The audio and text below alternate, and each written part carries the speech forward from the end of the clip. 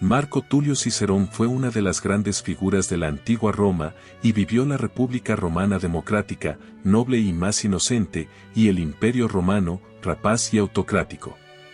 Merece la pena resumir su historia.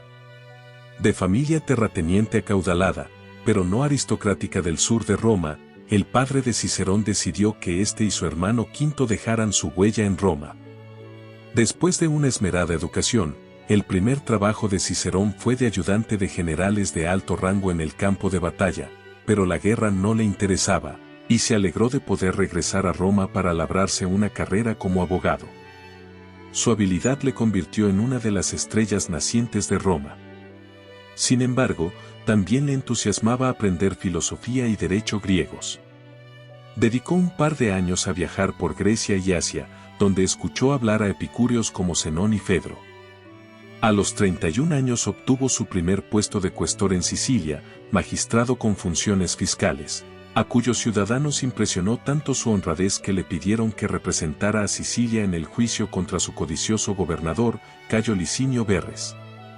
A los 37 años fue nombrado edil, a su cargo estaba la organización de los juegos y el entretenimiento en Roma, y a los 40 lo designaron pretor, magistrado con jurisdicción en Roma o las provincias. Su carrera alcanzó el punto más alto a los 43 años, cuando fue nombrado cónsul, magistrado que durante un año tenía la máxima autoridad en Roma, un gran logro para un homo novus, hombre nuevo, que no procedía de ninguna de las viejas familias senatoriales. Cicerón creció en una Roma que aún funcionaba con las nobles instituciones de la República, pero cuya pureza se estaba enturbiando día a día por la guerra civil y el auge de dictadores como Julio César. Como cónsul, se consideraba defensor de la verdadera Roma. Una actitud que en el primer año de su mandato se puso a prueba por la conspiración de Catilina, en la que éste, contrariado por habérsele impedido ser cónsul por motivos de corrupción en las elecciones, conspiró para derrocar al gobierno. Cicerón se enteró de esos planes y decretó la ley marcial. Hizo detener a los conspiradores y mandó que los ejecutaran sin juicio previo. Presentó el caso como un ataque contra la República y contra él mismo como su salvador. Sin embargo, su decidida actuación iba a perseguirlo después cuando un senador adversario suyo, Publio Clodio, hizo aprobar una ley por la que se procesaba a cualquiera que hubiese hecho ejecutar a ciudadanos sin juicio previo. Para evitar el juicio, Cicerón fue exiliado durante un tiempo y canalizó sus fuerzas en la escritura, retirado en su casa de Tusculum, cerca de Roma. En menos de 2 años compuso la mayor parte de sus obras, entre ellas, Discusiones tusculanas, sobre la amistad y sobre los deberes. Después del asesinato de César, Cicerón confiaba en que la República pudiera renacer, y apoyó a Octavio, Augusto, en contra de Marco Antonio. Cuando Augusto y Marco Antonio acordaron durante cierto tiempo una dictadura compartida en el segundo triunvirato, ambos bandos querían eliminar a sus enemigos. El nombre de Cicerón se añadió a la lista de condenados a muerte, y fue atrapado y asesinado en el año 43 a.C. cuando intentaba huir a Macedonia. Siguiendo las instrucciones de Antonio, se le cortaron las manos y la cabeza, y se exhibieron en el Senado.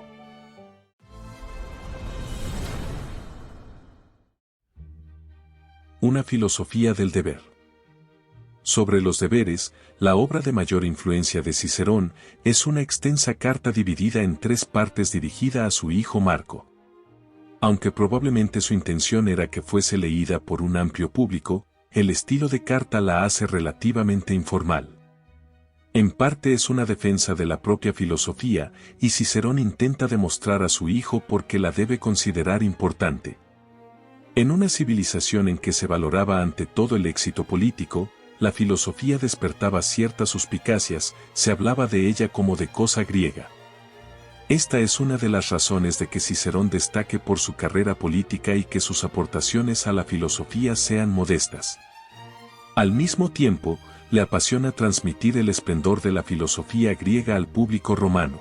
El objetivo de su obra es demostrar que la filosofía es una buena base para las cuestiones más prácticas de la moral o la obligación social. Porque ¿quién presumiría de llamarse filósofo? Pregunta, si no inculcara lección alguna sobre el deber. Cicerón pensaba que el universo seguía un plan divino, y que cada ser humano era una chispa o una astilla saltadas de Dios. Por ello, tratar mal a otra persona equivalía a maltratarse a uno mismo. Señala lo absurdo de quien dice que no robaría ni engañaría a su propia familia, pero coloca al resto de la sociedad en otro cesto. Esta negación de las obligaciones, los vínculos o los intereses comunes con quienes uno no conoce bien es la ruina de la sociedad, indica. Asimismo, quienes tienen en alta consideración a sus conciudadanos, pero no a los extranjeros, destruyen la hermandad universal de la humanidad y con ello cualquier sentimiento de bondad o justicia. Señala a Platón, quien decía que no nacemos solo para nosotros, sino que nuestro país nos reclama parte de nuestro ser y nuestros amigos también una parte. Somos animales sociales, nacidos los unos para los otros. El objetivo de la vida es muy simple, afirma Cicerón. Contribuir al bien general con el intercambio de actos de bondad, dando y recibiendo, y con nuestra capacidad, nuestra industria y nuestros talentos cimentar con mayor fuerza la sociedad humana, hombre con hombre.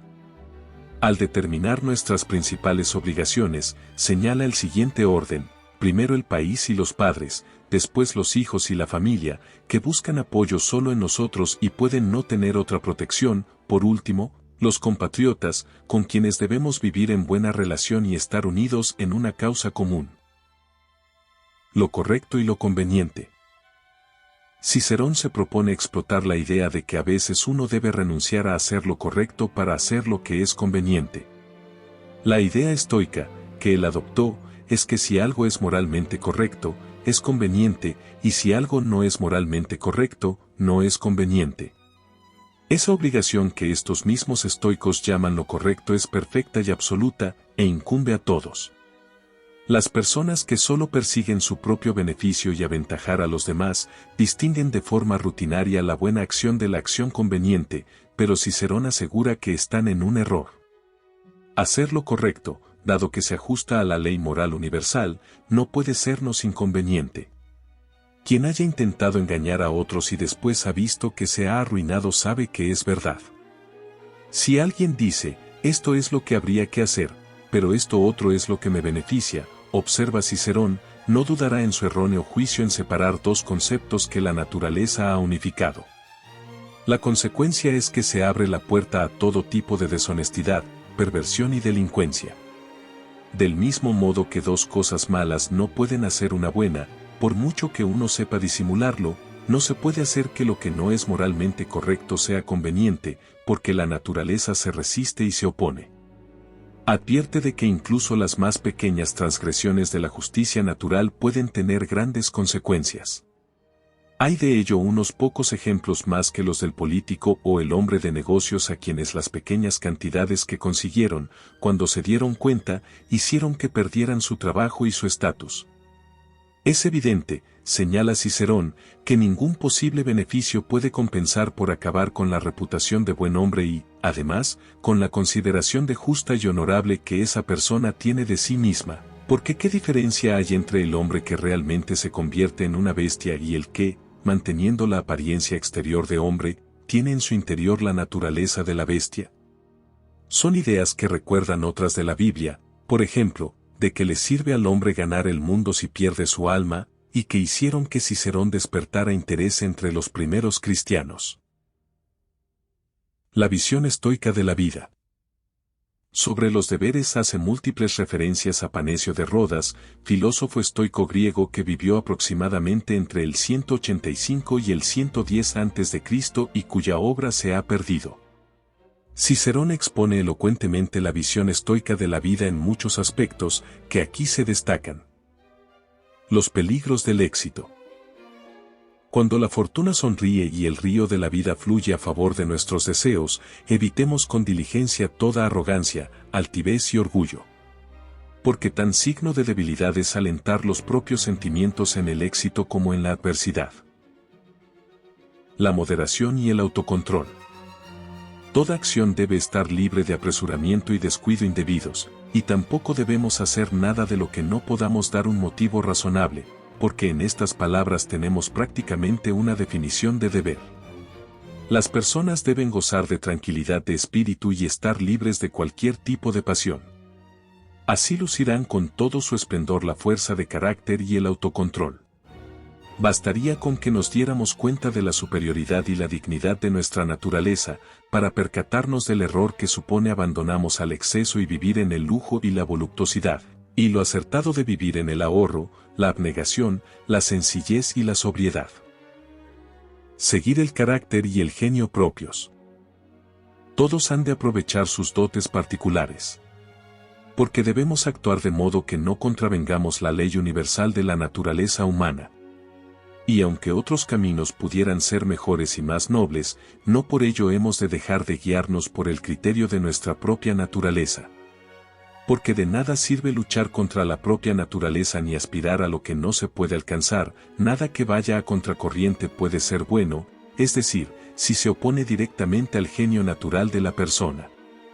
Si existe el decoro, no puede ser otra cosa que la coherencia uniforme a lo largo de toda la vida, en su conjunto y en cada una de las acciones particulares.